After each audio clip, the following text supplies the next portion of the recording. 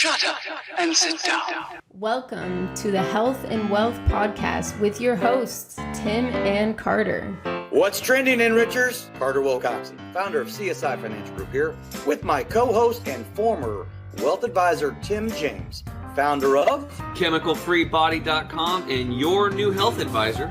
This is the show where we reveal the connection between physical and financial abundance. Hey, welcome back, Enrichers. Carter 𝙃𝙃𝙧𝙚 coming to you live on Championship Monday. It is the national championship tonight for Rock Chalk Jayhawk. Hopefully, I was just talking pre-show that let's hurry up and get the show on the road, because my wife, who inherited the Jayhawks with me whenever we got married, she's like, hey, you know what? Hurry up and get your podcast done so you can get home and we can root on the Jayhawks to beat those Tar Heels. So anyway, I am super excited about our guest today. But before we bring Stephen Brennan in, let me go ahead and bring in my co-host, Mr. Chemical-Free Body himself, Tim James. Tim James, how are you, my man? I'm chemical-free. Yeah, you are. Yeah, which makes you awesome, right? Which makes you unique and awesome. And by the way, you know, for you enrichers who are not watching the show, if you're just listening to it, I was just commenting before we got started about Tim's new swag, and he was talking about his clothing. I think we're going to talk a little bit about that in the third segment when we start talking about the health stuff. But Tim, seriously, that sweatshirt is dope. It is. It is dope, buddy. It is so Where's dope. it? Just kidding. No, I wish it was. No, it's 100% organic cotton, and there are no synthetic dyes. And there's no synthetic dyes in the, what do you call it? The print stuff, you know, the logos and all the stuff they put on it. It was very hard to find, dude. We had to go clear to Germany to do it. So people have no idea. I've been working on this swag store for a year because it's like, I can't do it. Like Charlie Robinson over at the Macroaggressions podcast, he goes, I really respect you for that. He was one of the guys I had on my 100th episode of the Health Hero Show. And he said, I really respect you because I asked him about that. He's like, no, they don't have any organic, because he sells t-shirts and stuff. And I was like, oh, I can't do it. He's like, really? Even the shirts, you won't have to be chemical free? I was like, yeah, dude, it's part of the environment. It comes into contact with your body, just like breathing air, drinking water. He's like, wow, I really respect that. So we'll talk more about that, because when we were chatting about it, I know Steven had a bunch of questions, and he's a former athlete, or hopefully a current one too. And we'll get into the what would you call it? The good, the bad, and the ugly of synthetic clothing. Yeah. Sounds awesome. So, hey, so stick around. Yeah, so stick around. So, Enrichers, we are super excited about our guest today. Normally, as most of you who have listened on here before, typically financial advisors and those in that sort of professional financial services arena come on as guests and everything. But today, I am returning the favor. I was on Steven's podcast a couple months ago. We were just talking earlier, Steven, about how I can't believe it's been 2 months since we first recorded that. And now here we are recording you on the Health and Wealth podcast. So, hey, welcome. And thanks for joining us. Yeah, no, thank you for having me. And like you said, it's crazy that it's already been 2 months since we recorded our episode. And, you know, like when we first scheduled today's podcast, we were like, oh, yeah, 2 months is pretty far away. But it went by in so quickly. Yeah, blink of an eye, right? Yeah, it did. Yeah, for sure. So, Stephen, let's go ahead and just, sort of jump right into this. You're obviously a fairly young guy, started a new business. You're entrepreneurial. We got connected on LinkedIn and everything. And, us entrepreneurs, we got to, stick with one another and learn from one another. And, as they say, iron sharpens iron, right? But let's go ahead and share with the enrichers, kind of sort of a little bit of your journey, right? Like where did you come from? I know you're in New York City, correct? Yes, New York City. Yeah. So, share with us, your path and, your journey to where it is you're at today. Like what sort of got you started in having this, passion for what it is that you do every day? I'll give you a little bit of an insight. So basically it was in my junior year of college and I bought my first drone ever, and back then, I just like technology and cameras in general. So I was like, you know what, a flying camera would be pretty cool to go to, because I was a lifeguard at the beach at the time. you know, it'd be pretty cool to get like scenic shots of the ocean and just the city skyline. So I was like, okay, cool. You know, so I got the drone, and I'll never forget this. Like 2 days after I got it, I crashed into a tree, you know, and I literally remember watching this thing fall from the sky, and it hit the pavement and just exploded. Thank God I got the warranty. So like, if you ever get anything that flies, get the warranty. Yeah. So after you know, I could have easily, after it crashed, stopped flying, you know, and, you know, tried something different. But, you know, something inside of me was like, you know, I got to keep going and then just see how far it could take me. And I'm so happy I didn't, because that drone purchase basically started my whole entrepreneurial journey. Wow. So now you were born and raised in New York, or did you migrate to New York then? I was born and raised. My parents were born and raised here. My grandparents were born and raised here. So it's been a whole generational thing of just living in New York City. Yeah. So you're a legacy play then. Wow.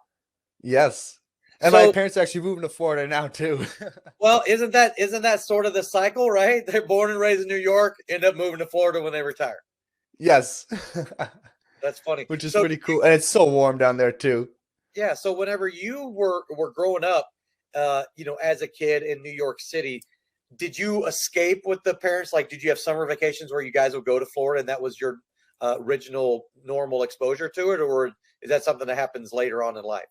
No, so that was actually since a very young age. We would always go on cruise ships, and generally those cruise ships left from Florida, and we go to different parts of the Caribbean, and then we go to, you know, like the really like popular islands, and it was just so much fun. And then like we would also like, after we come back from the cruise ship, we would stay there for like maybe a couple days, and then just like bounce around, go to different places, and that was just really fun. And I think that's how we just fell in love with it. So your exposure then to seeing like other parts of the world, aka helping you become worldly, right? So that Yes. probably benefits you tremendously in what it is that you've learned along the way during those travels. Is that fair?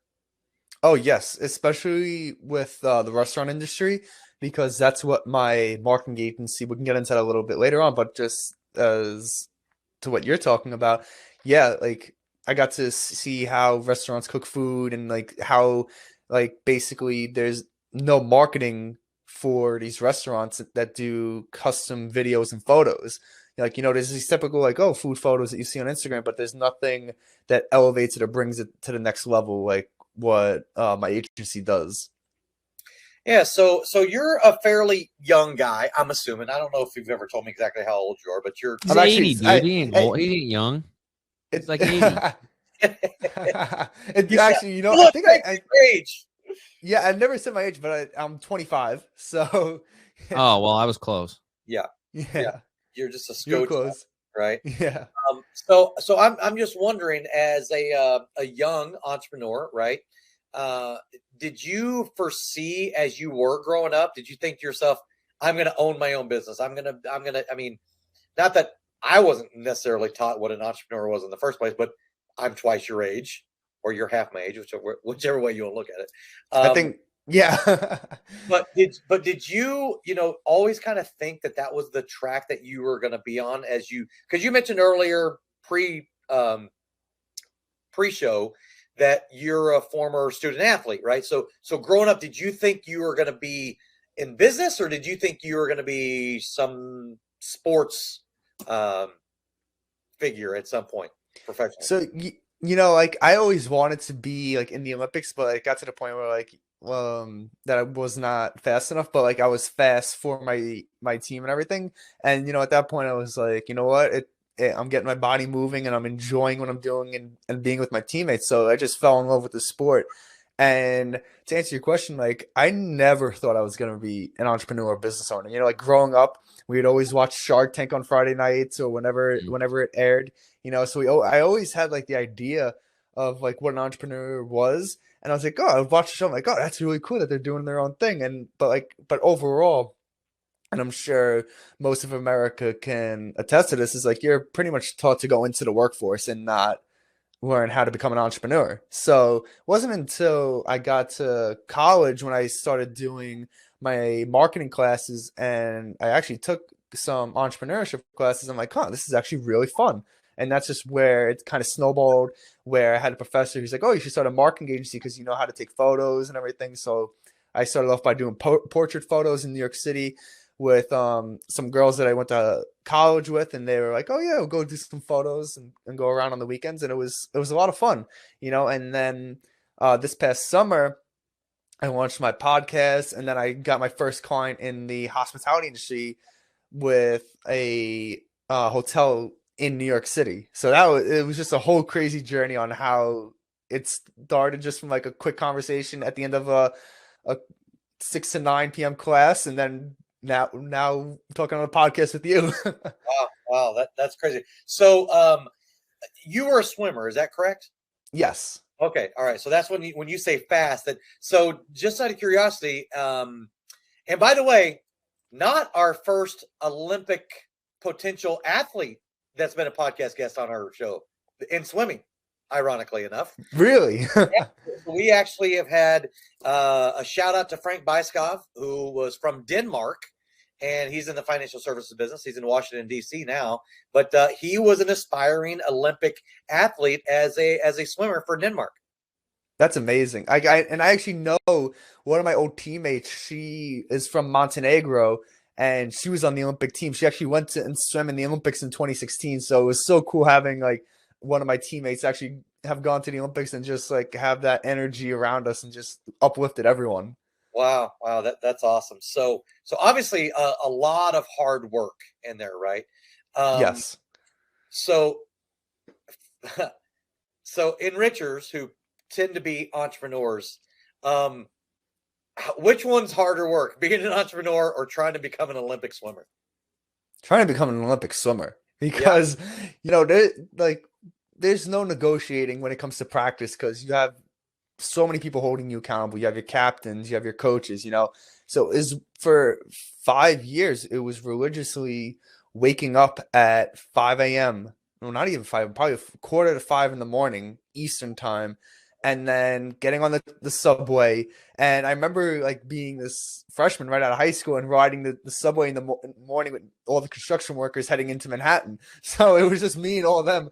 And I would get off at J Street in New York City, which was like in downtown Brooklyn where my college was. And I would go and just jump in the pool. And there were mornings when I absolutely hated it, but I knew I had to just get it done. Wow.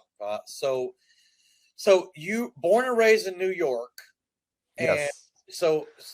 but then you would travel all over on these cruise ships from the time your age. What was your first memory of a cruise ship? How young were you when you went on that? So my first cruise ship, from what my parents told me, when I was probably about a year old, but I remember going on them probably when I was maybe 4 or 5, when we started going on them pretty much almost every summer or every other summer. So it was just so much fun. Wow. So you really have had a chance to rub elbows with those. I can imagine. Well, you tell me, Stephen, how many cruises have you been on in your life? 15, I believe. Okay, 15. Well, that's a first. I don't know if we've had anybody on the podcast that have been on Yes. any cruises, especially someone who's only 25 years old, right? Yeah. It was just so much fun, you know?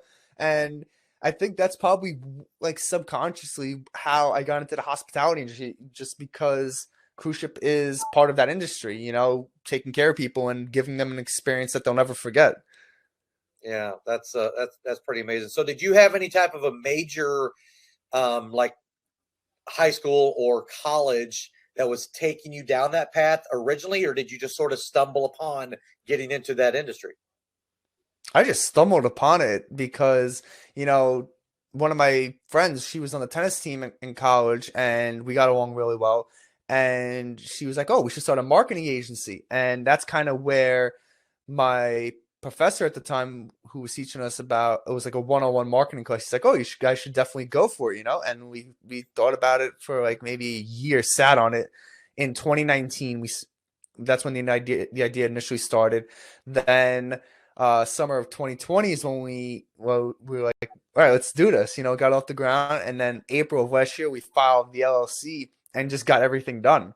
And ever since then, it's just been a wild journey of just meeting new people in the city and hearing their stories of how they got into the industry themselves.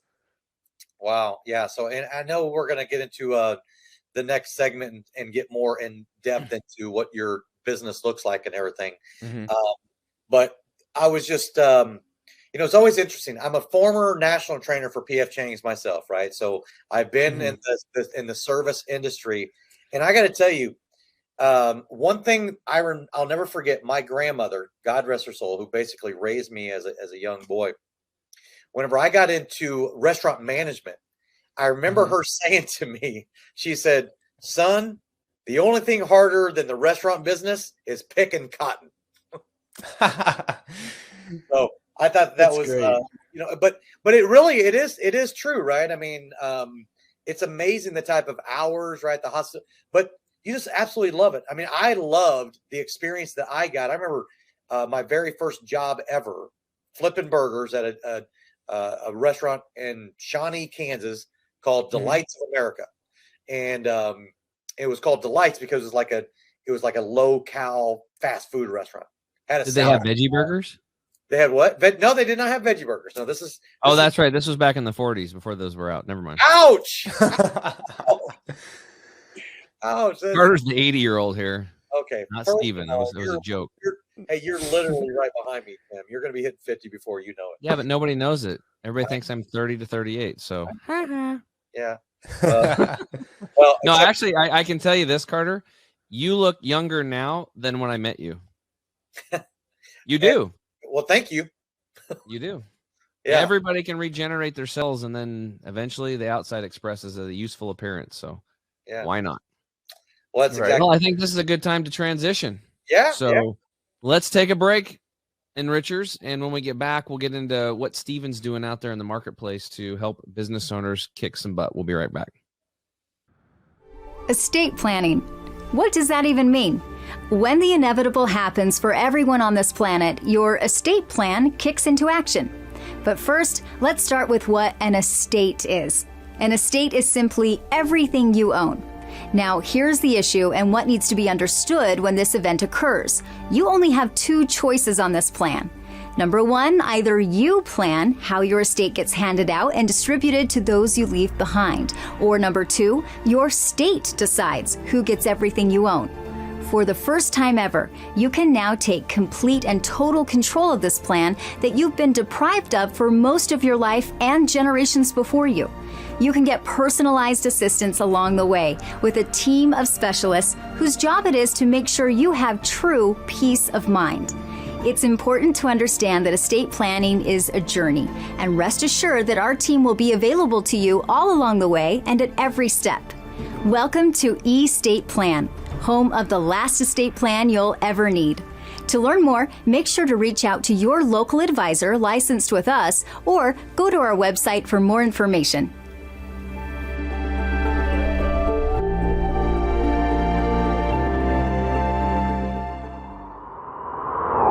What's up, Enrichers? Tim James here. I'm back with my co-host Carter Wilcoxon from CSI Financial Group, and he's got like 50 businesses.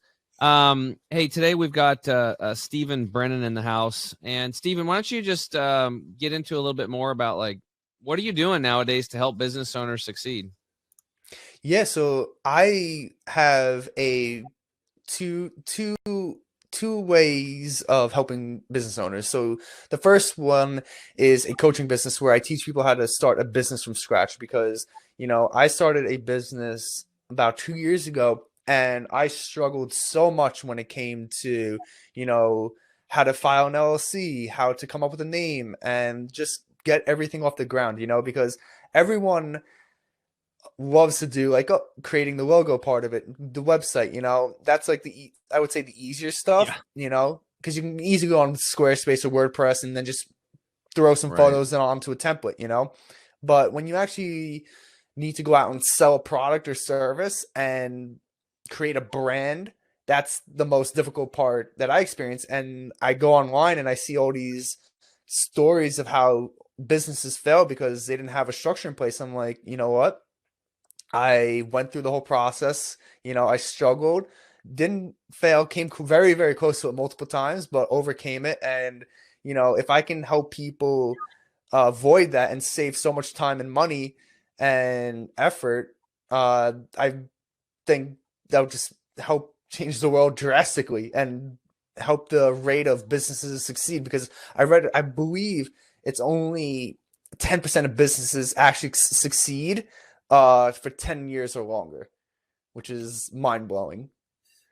Yeah, well, I know that especially in the financial services business, and specifically as an insurance advisor, I want to say it's like 93% don't make it past year 5.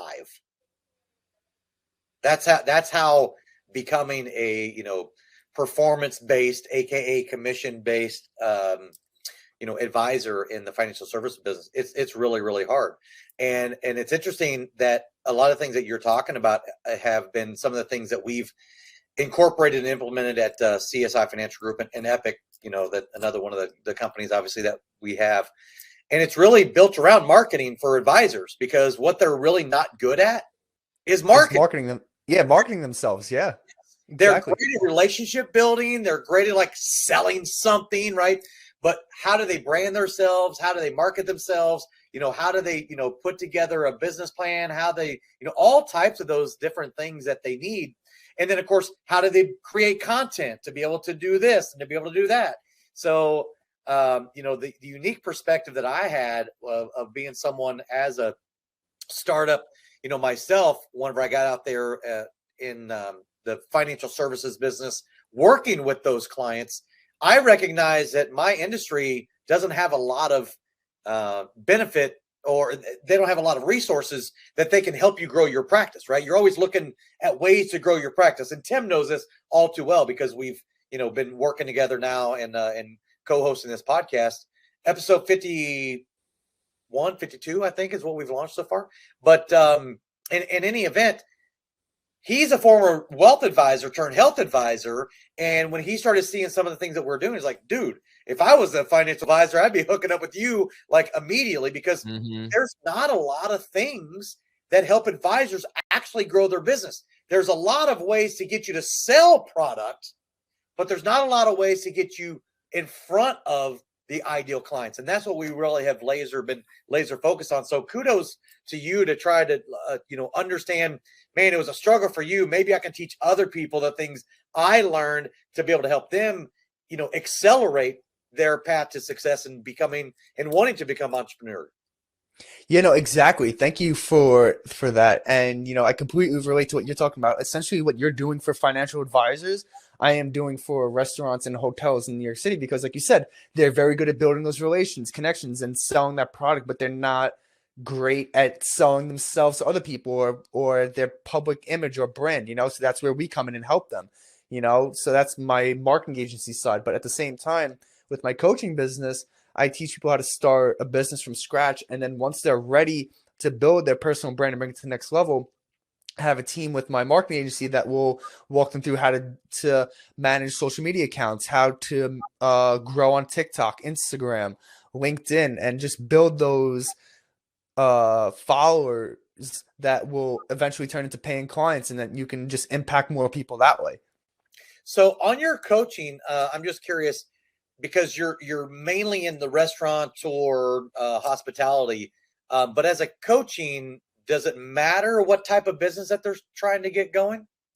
No. So with the business for coaching, at least, it doesn't matter what they're trying to start, you know, and basically what I found is if someone has an idea, that can change 10 times before they actually figure out what they truly want to do. So my coaching program is designed to cut that time frame in half and get them super focused on a niche that brings them joy and sustainability in the long term. Because I think that's why a lot of businesses don't succeed, is because a lot of the time they chase after the money instead of what truly brings them happiness.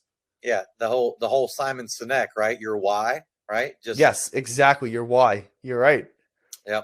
And So obviously, let's go back to the restaurant aspect of it, hospitality, and in New York City, especially. And I use this phrase terminology on a regular basis when it comes to the financial services business, and I believe it very similar or the same issue is that product is not the unmet need in this industry. Now, when I'm talking product in the restaurant industry, it's not the unmet need, right? I mean, and you could throw a rock and hit 5 restaurants, right? I mean, right now, right outside your door, probably. Restaurants galore. So what makes this restaurant different than this restaurant? Why this one versus this one? I'll make a safe assumption that that's what you really help to create, is this brand awareness that helps you bring in more of the paying customers that you're looking to work with, and separate you from the other pizza guy or the other Italian restaurant or the other Chinese restaurant. Is that fair? Exactly, 100%. So I'll give you an example. So I am working with a rooftop in New York City. So they're maybe like 2 blocks over from where the Empire State Building is.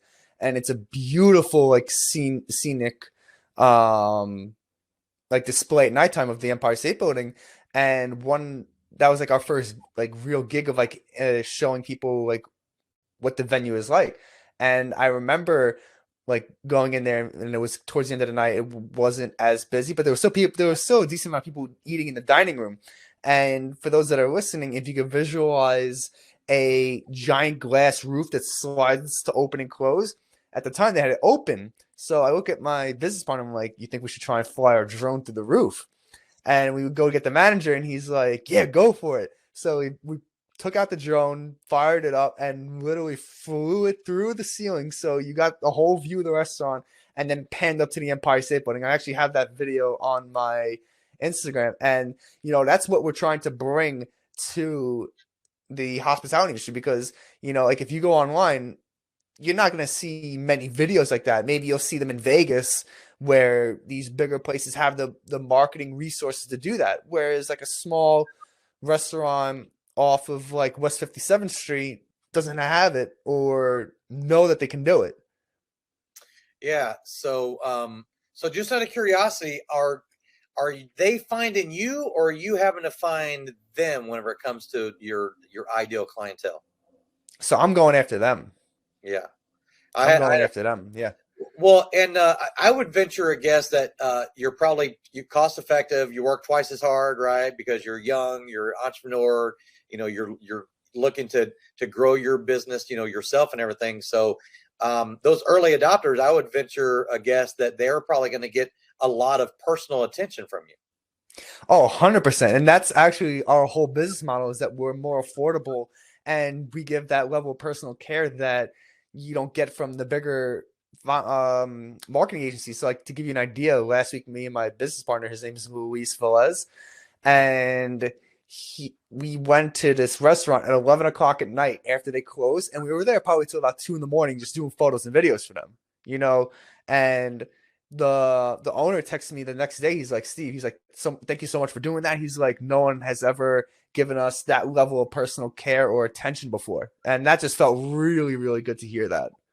Yeah, it reaffirmed not only the need, right, that's there to have that personal touch. I mean, look, we're in the relationship business. Whatever business you're in, it's relationship business, right? Yes. You can use technology and automate, you know, every chance you get, but it still takes real people talking to one another to get deals done, right? You're right. So if you have the ability to bring that level of personal touch to somebody, they will reward you with that. And guess what else they'll do? They'll tell other people about what it is that you're bringing to them as well. Yes. And you know, it's funny you mentioned that.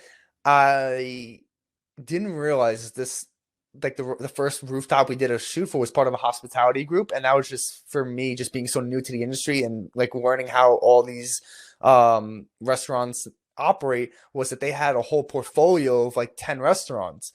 So once they discovered that we took really good photos for the rooftop, they're like, oh, can you guys go to our other location? So that's how it basically snowballed. And then these people just trust you, and then like, oh yeah, can you come do this? Can you come do that? And they just start feeding you work. And then like all that initial work that you did in the beginning pays off tenfold. Yeah. And I mean, let's be honest about it. It's the reason why financial advising is, one of the most sought after careers, because you have a lot of people who have a job, and restaurateurs, they have a job. They ain't got time to go out and do all the marketing. They ain't got time to know how to, do TikTok stuff or do Instagram stuff or, drive business. They're just like, hey, we just want to be able to have the clients and the customers come in. They're going to have a great experience. They probably do in-house stuff that's beyond anybody's experience, which is return guests, return customers, right? But they don't have time to do what it is that you do. So that level of expertise that you can bring to them, they're obviously going to reward you because they need your assistance. Yes, you're right. Yeah. And they, it's amazing, like finding that need and then just blowing people's mind, because like one of my favorite sayings is just like under promise and over deliver. And like when we went to the rooftop for the first time, we didn't tell them we were going to bring the drone. It's just one of those things like where we were like, let's just see what we can do and actually do it. And because we didn't want to say, oh, we'll get you drone shots and then not be able to do them. So we kind of just went in there, did the shots, and then just snuck it into the portfolio. And then like we saw their reaction and they just fell in love with it. Yeah, that's awesome. So It's so so just much out of fun. curiosity, what is New York City like right now in the restaurant business? So it's actually picking up a lot right now. So it's like I would say 80% of where it was pre-COVID. Obviously, a lot of restaurants closed, but the ones that did survive are very, very much booking tables, and it's so nice to see that again. And I know it's true because when I go to do all these photo shoots, there's people in there until 10, 11 o'clock at night, and whether that be at the bar or dinner, and that just proves to me that the work that we need to do is so much more valuable, because like there's probably a decent amount of people that are afraid to go to restaurants and think that it's not safe. Meanwhile, we're putting out content that shows that it's safe and fun to go back out and do what you want to do again. Yeah, because I know that there was a lot of restaurants that were being basically shut down and put out of business essentially, and they couldn't open their doors up even if they wanted to open their doors up. So I was just curious on No, you're right. on what New York City and how that's bouncing back, so to speak. So when you're walking, quote unquote, not that you're walking the streets of New York on a regular basis, but Yeah. I'm just wondering, is it, how much of a ghost town is it versus or not, pre-COVID, post-COVID? So I would say like during COVID, I remember walking around the city, just going to take photos and stuff, and it was empty, like absolutely empty, and it was so sad too, just to see like all the restaurants, they were doing takeout and everything, but you weren't physically allowed to go inside of them, and that was like heartbreaking, but at the same time, there was nothing you could really do about it. And, like going forward, that's kind of where my idea sparked as well, is to like be able to shine the light on the ones that did make it out alive and bring in revenue and help them get back to where they were pre-COVID. Yeah, that's awesome. So yeah, because you said you launched your business mainly like right in the middle of it all, right? Yes, like right in the middle of COVID. It was a COVID baby, so it was fun. That's awesome. Had extra time on my hands. Now, I'm sure as much as everyone else did. Yeah, I hear you. So what does the tourism look like now, right in the city then? So tourism is not anywhere where it used to be. And, obviously maybe just that's because it's wintertime and, a lot of the time. Well, it's in the spring now. Spring is like when people start going to New York, right? Isn't that sort of like starting to become?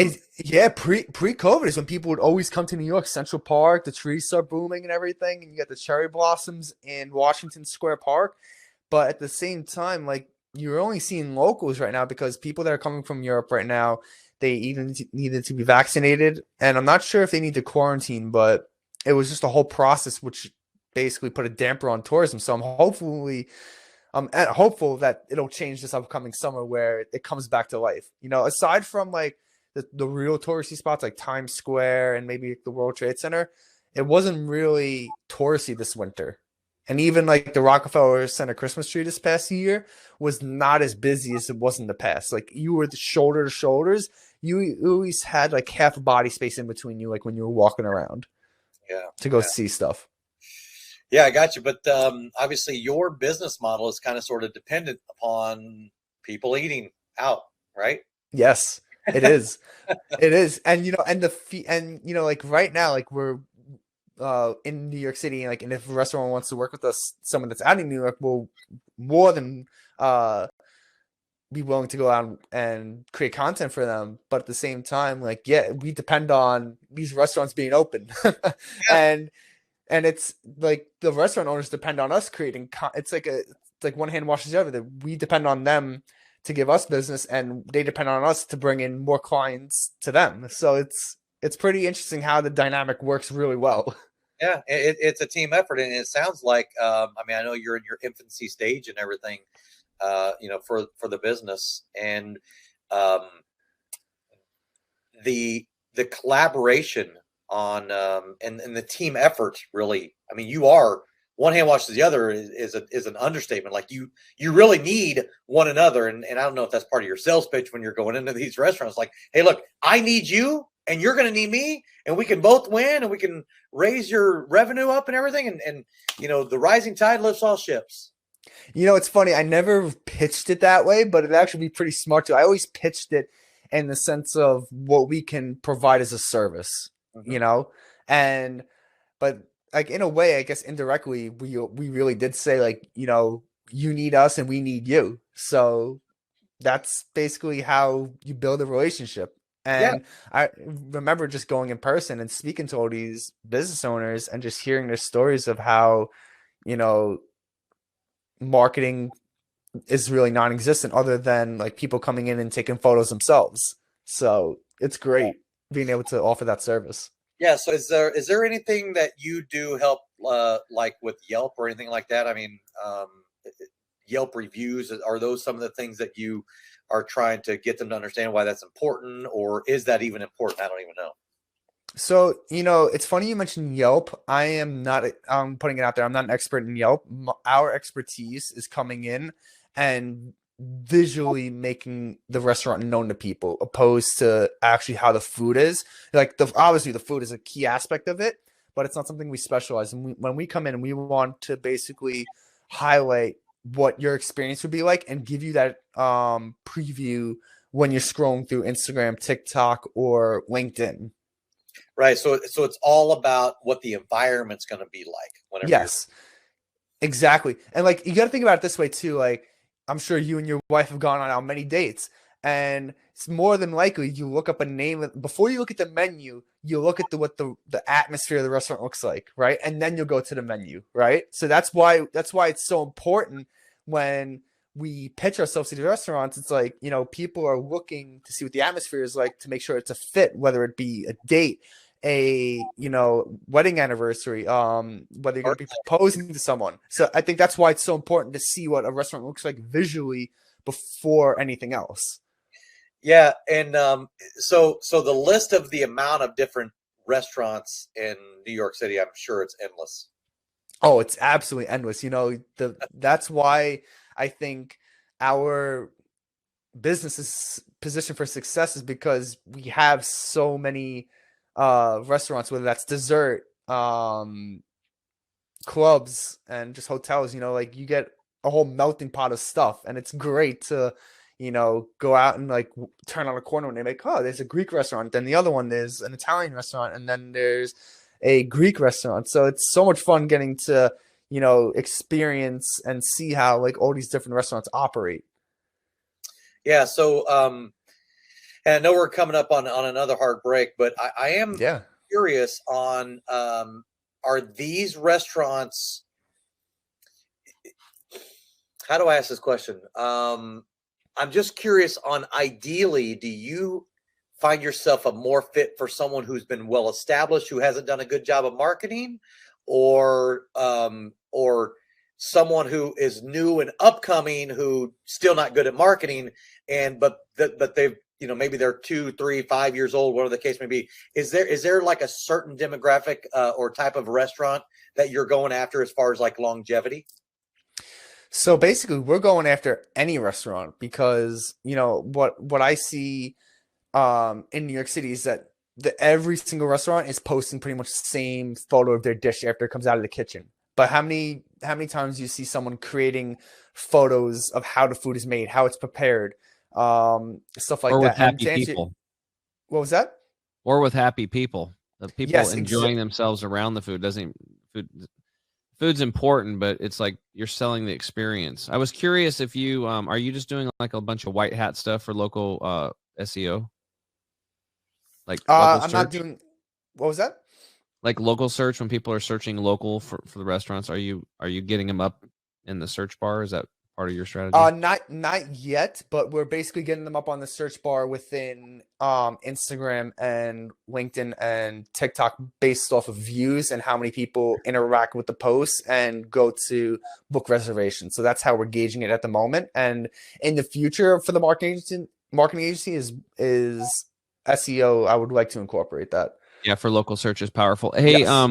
there was a restaurant in New York. I can't remember the name. Maybe you know, but they're like super popular, packed all the time, and I heard their food's really not that great. It was okay, but it wasn't that great. But what they do for their marketing is they give everybody these big ass warm free muffins. And so at the end of the meal, they get everybody a muffin and in a bag with their name on it and stuff. And then you're already full, so you take it home, and then in the morning you're having it again, and you're reminding yourself of that place. And as they're eating that muffin, and people just keep coming back because they want those damn muffins. There's always these strategies out there that work, and it could be the simplest things. It's the muffin giveaway. It's so simple. Yeah, no, exactly. Whether it's a muffin giveaway or something like we've incorporated it as simple as like, you know, if you saw this TikTok, you'll get your first drink on the house. You know, it's simple stuff like that to get people in the door. Oh yeah. Yeah. So that's one of our marketing strategies too for these restaurants. Is like, you know, like if a bar really wants to increase foot traffic over this upcoming summer and get people back in the door, especially to get back to where they were pre-COVID, you know, offering that free drink to someone who saw that TikTok is going to be a game changer, because think about it, one free drink and then they're going to come back to the bar and buy maybe 5 more, you know, for their friends or whoever's with them. Yep. Awesome. Cool. Well, good segment, guys. Let's take another break. And then when we get back, we're going to let Steven ask me any question he wants about health. We'll be right back. You want the absolute best for yourself, and you want it to be easy. That's why we created Green 85. It helps with detoxifying the body gently. We're proud it's chemical-free, unlike almost all other supplements you'll find. Bottom line, Green 85 will get you healthier. We look forward to hearing what Green 85 did for you.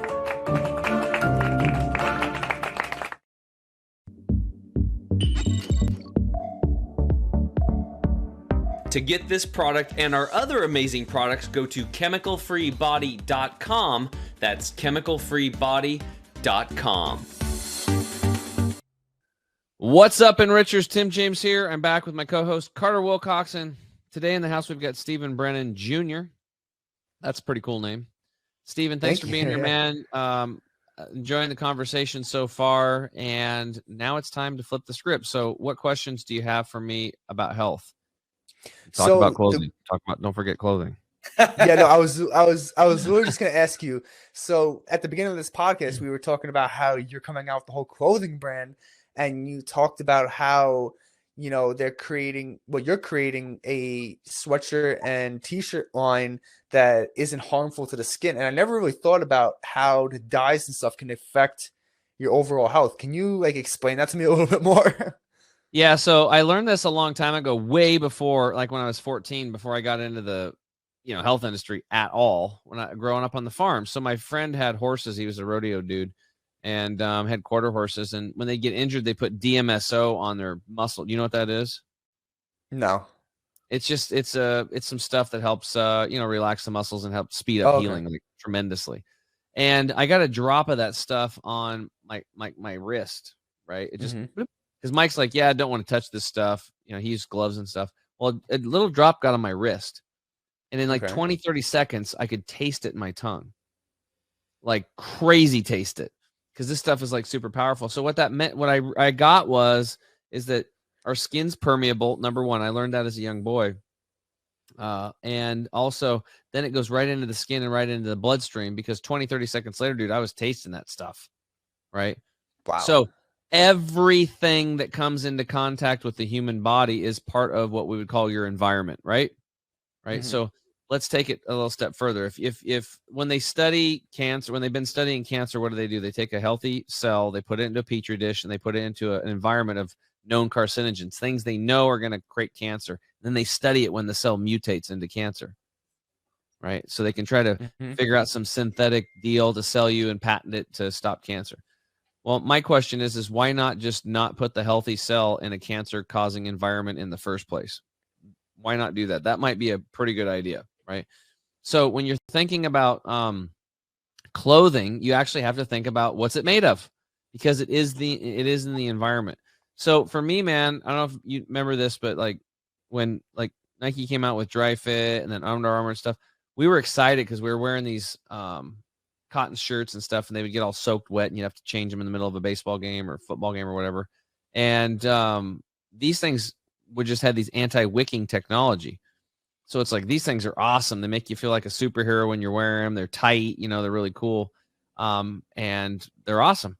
The problem is they're made out of nylon and polyesters. These are made from crude oil base with thousands of chemicals to make these synthetic fibers. Now, when the fiber industry was always 100% natural, and then I can't remember exactly when, the 30s or 40s or something, they started 50s, 60s, they came out with these synthetics. And in the beginning, people were like, no way. But they just kept pushing, dripping. And now it's like most clothing's actually synthetic. So here's the problem.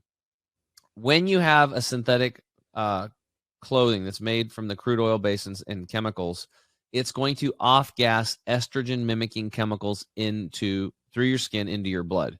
These are going to disrupt your hormones. The hormones are your communication system in the body, how your body talks to each other, how cells are communicating. So you don't want to do that. You want your cells to be able to communicate properly. How many, especially women today, are dealing with Hashimoto's or Graves' disease, thyroid disorders, right? If you want to have man boobs as a guy or prostate cancer, well, synthetic clothing is probably a good thing for you. So we need to get away from things that aren't natural. I mean, that's what the bottom line is. We are nature, and people keep forgetting that your body is nature. It's made of water and minerals and bacteria. And where do you find all that stuff? In the lakes, the dirt. It's all there. Like, so, and when you die, you go back and, you know, it's a cycle of life, right? So we are nature. Yeah. So there's a book called Killer Clothes by Dr. Brian Clement. He talks about this in detail, killer clothes. And it's terrible is that even after 1,000 washes of these synthetic fibers, they're still off-gassing 97% of these estrogen-mimicking, hormone-disrupting chemicals. 97%. But every time you do wash them, microplastics come off of them, and they go out into the ecosystem. And now microplastics are so pervasive because of all the plastic bottles and the plastic clothing, polyesters, nylons, microfibers, lycra. Ladies, your bras, your lycra bras are causing breast cancer. And it's kind of silly that you've been talked into wearing those things. And it's just really sad, man. So this stuff has to be, I want to bring awareness to this. So we're opening up a swag store for chemicalfreebody.com. And I had to go clear to Germany to find a company that not only had 100% organic cotton and materials that were made well, like really well, because, you know, you buy some shirts or whatever, you get a little shirt from somebody and it falls apart after a few washes and it fades and stuff like that. Yeah. I didn't want that. I want a really good quality shirt. But then the dyes that make the shirt color and the print, you know, the print, like this logo that we have on top of my shirt says "Love when you poop." Well, that's red and black and green and white and yellow. What's coloring those? Well, in this shirt, in this sweatshirt, it's non-synthetic, non-toxic, environmentally safe dyes. You know, like turmeric is a perfect example. Most people know turmeric root. You get that stuff on your countertop, it stains the crap out of it. So there are things in nature that you can, you know, think about the Native Americans, you know, when they dress up for, you know, whatever the types of holidays or wartime or whatever they put paint on, they get it out of clay, and it's just everything in nature has colors. There's different colors and different things we can use naturally. So that's the whole, not the whole spiel, but there's a big part of the spiel on why you want to avoid synthetic clothing at all cost, because it will cost you your health. And it's a slow microscopic buildup, but it is happening. And eventually the straw breaks the camel's back and you end up in the hospital nowadays, because it's a root problem that people should be aware of. Yeah, that's something I never knew, because, you know, like I always thought clothes were just clothes, you know, like you put it on and, you know, you just went about your day. I never really thought about everything that you just explained. And thank you for diving into that, because, you know, now when I go out shopping, you know, like you said, a lot of the clothes are synthetic, but at least I'm aware of what I'm buying, you know, and how Think about it. Think about it. If you get really good at, like, a lot of people get awareness, like, oh my God, there's crap in the food. And they start reading ingredients labels, right? If you learn to really read ingredients labels, you're going to save yourself. Because if you're looking at the front of the cover, it's a sales job. You know, wild rice. Oh, I heard wild rice is better than white and brown. I'm going to get that. You get home, look at the ingredients. First ingredient, brown rice, and they sprinkle a little white rice or wild rice in there. Right? It's deceptive. They're going to get you if you don't read it. And a lot of it's so bad now that even if you are reading ingredients, they put stuff in there anyway. So just like you're drinking something, or because it's going into the human body, or you're eating something because it's going into the human body, or you're putting something on your face, creams, lotions, makeup, it's going into the human body. Shampoos, lotions, toothpaste, going into the human body, and clothing going into the human body. We are 98.6. We're made of a lot of water. There's moisture there. We're sweating. We're perspiring. And our second largest organ in the body, which is the skin behind the fascia, is very permeable, and whatever goes through it goes right into the bloodstream directly. There is no liver to filter it. It is very important that people stop buying synthetic clothing and they start buying 100% natural, non-toxic, no dyes. And that's how we change industry. We stop giving the money to the other places. And I was telling Carter, it's like, it was expensive. It was more expensive, but it's an investment. Clothing is going to last longer. It's not going to poison me and my kids and my family or you guys. Because if I buy a synthetic clothing, those microplastics in the washer go out into the ecosystem. It's poisoning everybody and coming back into me too. So that's my take on the killer clothes. Yeah, well, so let me jump in, because I was just thinking about this because you were talking about the ladies and, you know, wearing bras and, you know, the lycra. And of course, Carter was going to talk about the bras. I knew it. It's favorite. You know, I'm a boob guy. Look at it new. Hey, I went in. I freaking did some deep research on this, and bras actually started in the late 1800s. They're not that old. They haven't been around that long. And the reason why women wear them is because they want the breast to look perky, basically, right? Especially for their guys or whatever, right? But the problem is that when you put you put your breast in a bra, you're actually making it unperky. It's kind of like taking your arm that you move around, and if you put it into a sling and don't use it, it atrophies, right? And then eventually it falls off, because if what you don't use, you lose. So when you put your breast, ladies, in a bra, unless you're, you know, Seinfeld's dad and you're wearing the man's ear or the bro, if you guys remember that episode. Yes. Right. You're going to actually, and because he had too many estrogens and stuff like that. You're going to atrophy your boobs are actually going to sag more. That's what's going to happen. It was crazy too, because there was these studies done. They were asking, like, some weird study, like it was like 34% of women actually wear their bra while they sleep. And when asked why, the number one answer was to make sure that in case my husband woke up, he looked over, my boobs look perky. I'm here to tell you, ladies, if that's the kind of relationship you're in, you need to get him on a spiritual path or get yourself a new hubby, because that is ridiculous. So anyway, Carter, sorry to cut you off. No. That's good. So I'm sitting there. I'm thinking about the lines of clothing and everything, right? And first of all, the sweatshirt looks awesome. I'm not just saying that. It looks awesome. No, dude, it's legit. They do run a little bit small though, so you probably want to get one a size bigger. All right. So I'll do that. But what I'm curious about is clothing line, chemical free, right? Bras and underwear, because obviously, you know, that's what we wear, right? When we go out in public, you know, you're typically not going commando or whatever. So I was just wondering, is that sort of in the works? Not at this point. We're just happy to be able to get t-shirts, sweatshirts, and some hats out the door. Okay. All right. All right. And camping mugs. Look at this. We got these little camping mugs. Those mugs look really cool. Yeah, it's got our logo on it and stuff. So Love it. just working on little by little, man. Well, make sure that you well, the good news is I'm on your email blast list, so I can get everything. So yeah, and you're going to be getting a couple of emails here pretty soon because our 𝙃𝙗𝙧𝙚 product and the multi-shroom is about ready to hit the world. So we're going to be boosting immunity in ways people never thought it were even possible. Yeah. What is that?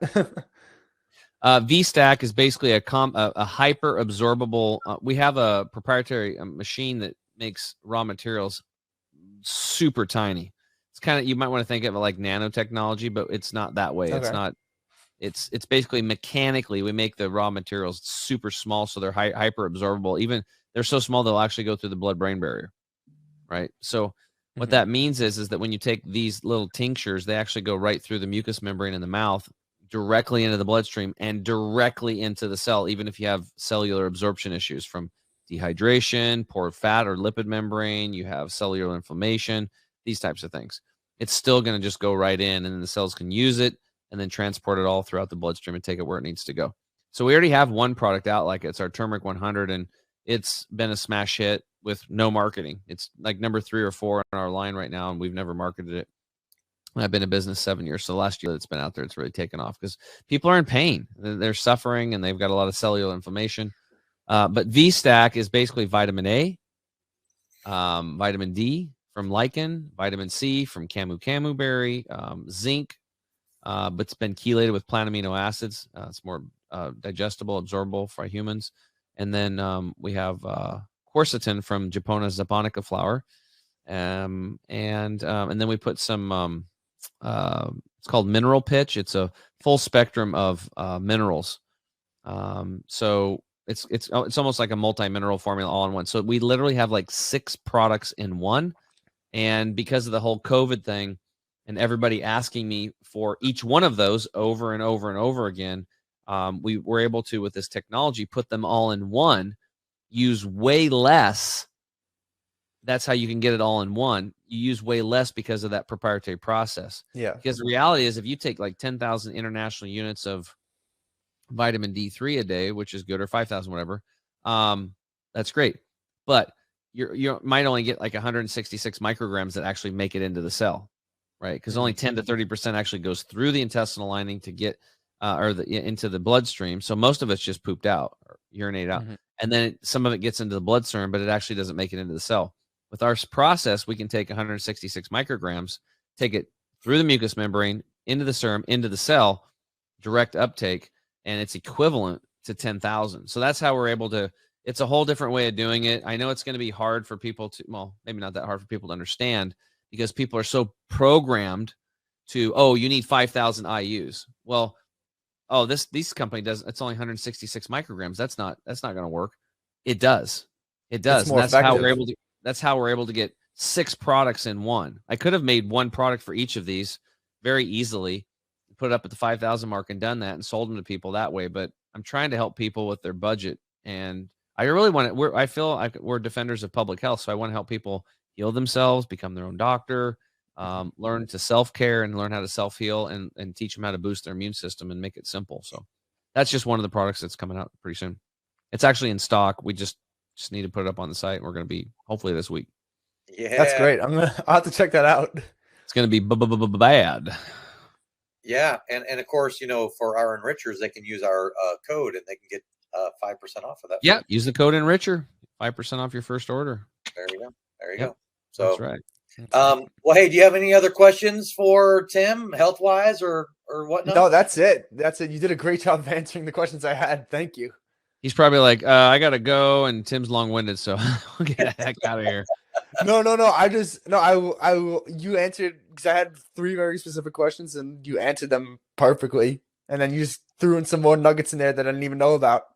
Yeah, cool, dude. Well, thanks for coming on the show, Steve. We really appreciate you, and your energy's been great. And I'm glad you got to interview Carter on your podcast. And if you ever want me to do it, let me know. Yeah, that'd be amazing. Yeah, maybe we'll have another podcast like this again. Yeah, we'll do how to what we'll call the title. We'll call it "How to Increase Income Through Nutrition."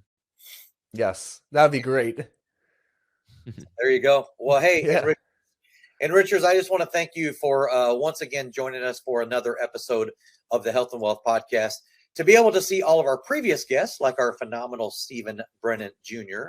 Today, you can check us out on our website at www.thehealthandwealthpodcastshow.com, and make sure to like, share, and subscribe wherever you get your podcasts: Apple Podcasts, Google Podcasts, and Spotify. So for my fantastic Mr. Chemical Free Body co-host himself, Tim James, I am thanking Stephen Brennan for coming on today. Coach, podcaster, business entrepreneur, helping restaurants out every chance he gets in New York City. Stephen, thank you again so much for coming on the podcast. We really do appreciate it. Yeah, no, thank you again for having me come on and just let me express what I do and how I'm able to help people out there in the world and just increase their vibrations and attract the energy that they want. Yeah, perfect. I love that. Yeah. So, Richards, until next time, everybody have a fantastic rest of your day and week. And if you're listening, hopefully you're rooting for the Jayhawks, because that is my team tonight in Championship Monday night. So until next time, Enrichers, I'm Carter Wilcoxon, CEO and founder of CSI Financial Group and Epic Services Company, wishing you all a very wonderful and abundant day. And until next time on the Health and Wealth Podcast, we'll see you then. Thanks, everybody. Hey, Enrichers, thanks for tuning in to another episode of the Health and Wealth Podcast. I'm your host, Carter Wilcoxon.